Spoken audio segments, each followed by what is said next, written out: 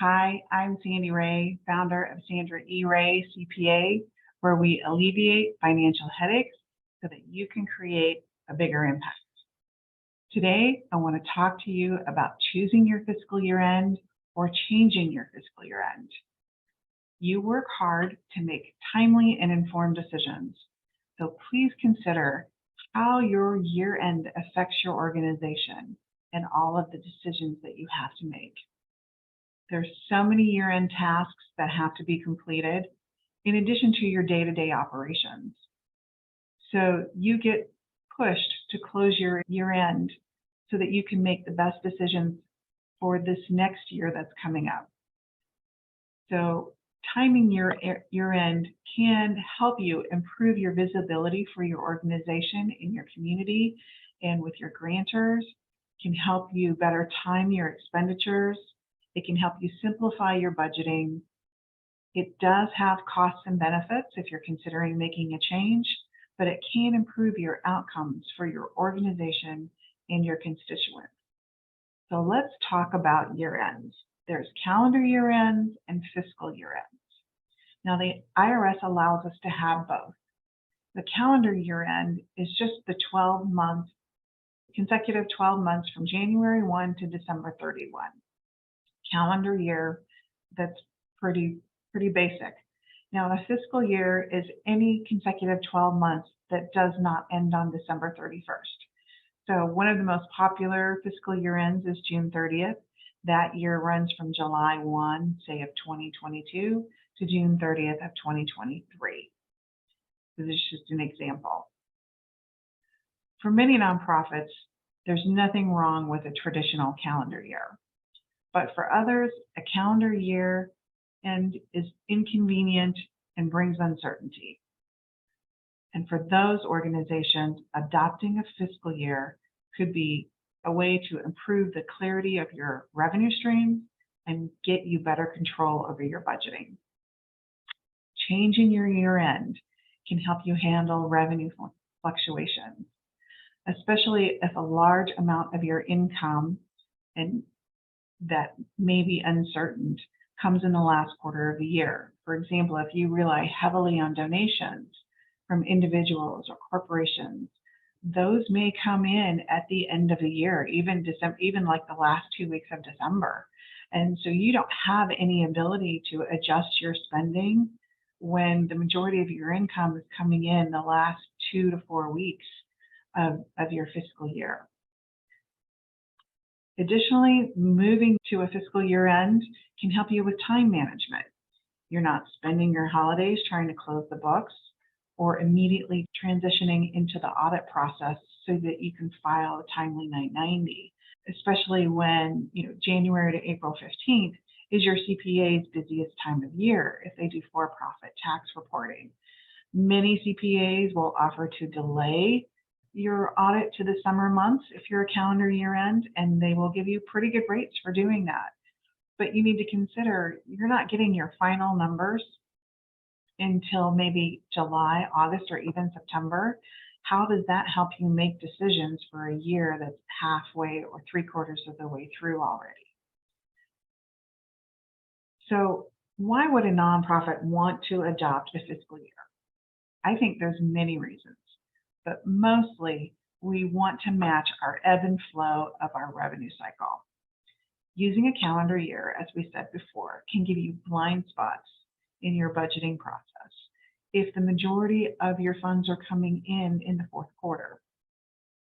So choosing a fiscal year end may be an option for you, but there's some things I want you to consider before you do that. What is your program year? And by program year, what is the normal flow of the programs for your organization? For example, if your organization provides services to your local school district or scholarships, maybe your program year needs is more related to a school year. So maybe it makes sense for your fiscal year to end on June 30th or July 31st so that your year is in sync with the school year. Another consideration, as we've kind of talked about already, is your revenue cycles. When is the majority of your revenue coming into your organization? Let's make that the first quarter of the year.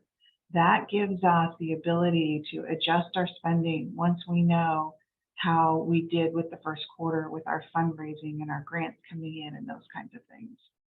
It just positions us for smarter decision making and really gives us an opportunity to consider our spending throughout the other 3 quarters.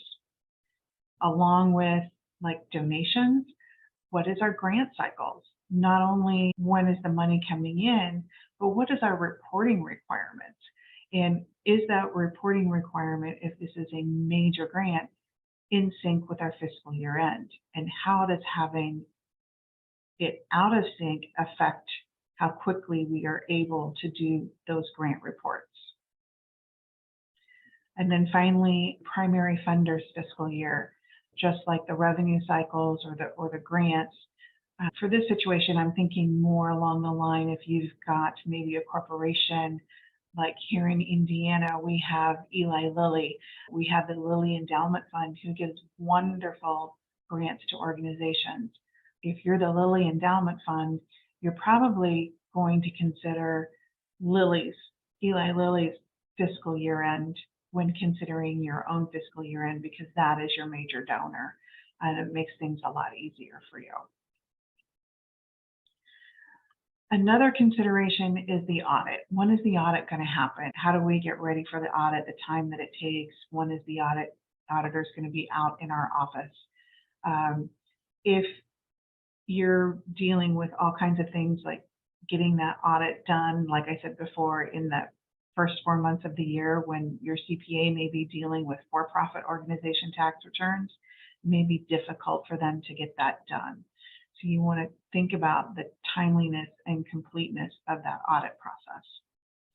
And then finally, the last thing that you may want to consider when looking at your fiscal year end is debt covenants. Do you have any debt, and what are the reporting requirements for that? Again, if it's a significant debt, it may be simpler to make sure that those debt covenant reporting requirements meet your fiscal year end. So making a change to a fiscal year end affects many things in your organization. So we want to talk about financial statement presentation. If you're having an audit, if say you're moving from December 31st to September 30th, you're going to have what we call a short year. You're from January 1 to September 30th, and then your fiscal year is going to start in October and then go to September 30 next year. So that short year in between, you're going to have to decide how you want to handle that with your audit. Most organizations will wait until that first full 12 months of their fiscal year, and they will have an audit that includes the short year and the fiscal year. So you may have an audit that's more than 12 months. And how you do the presentation, you discuss that with your auditors, but generally a comparative report like last year to this year is not really an option, but you can talk about them about supplemental information, that sort of thing that you may want to present. Another thing that changing your fiscal year is going to impact is your state charitable registration. Consider how changing your fiscal year end, the availability of your audit, the availability of your 990 is going to affect the filings with those states where you have to register for charitable solicitation. And grant applications, changing your fiscal year end and changing your 990, how is that going to help you have those documents available for your grant application in application season? So think about that and how that affects you. The actual changing of your fiscal year end is fairly simple. The IRS has Form 1128, which is the application to adopt, change, or retain your fiscal year end. And it has to be filed with the IRS by the 15th day of the 5th month following your current year end. So if you're currently a calendar year end and you want to change to a fiscal year, you have to file 1128 by May 15th to get that done. So that's not happening until next year. because we're doing this after May 15th. For filing your 990, we talked a little bit about the short year. You will have to do a short year 990. So in the example we gave before, you'd have your December 31 990, then you would do your first fiscal year, which is your short year 990 on September 30th. And then the third one would actually run from October 1st to September 30th and would be 12 months. So you have to file a 990 for that short period. Now, your nonprofit organization's year end is an important decision that you need to make. Whether you're a new organization or an existing organization, I want you to consider your year end and how it's affecting your organization and what you can do to make that better. Give serious consideration to the reasons that we've discussed here today, and understand that there are some costs associated with changing your fiscal year end. That includes an additional 990 filing and being prepared for different audit costs. But if this is the right decision for your organization, the benefits will far outweigh the costs. I want to thank you for joining us today. And remember that creating a bigger impact starts with stopping the nonsense. If you're dealing with nonsense in your nonprofit organization, we'd love to help you cut through the noise.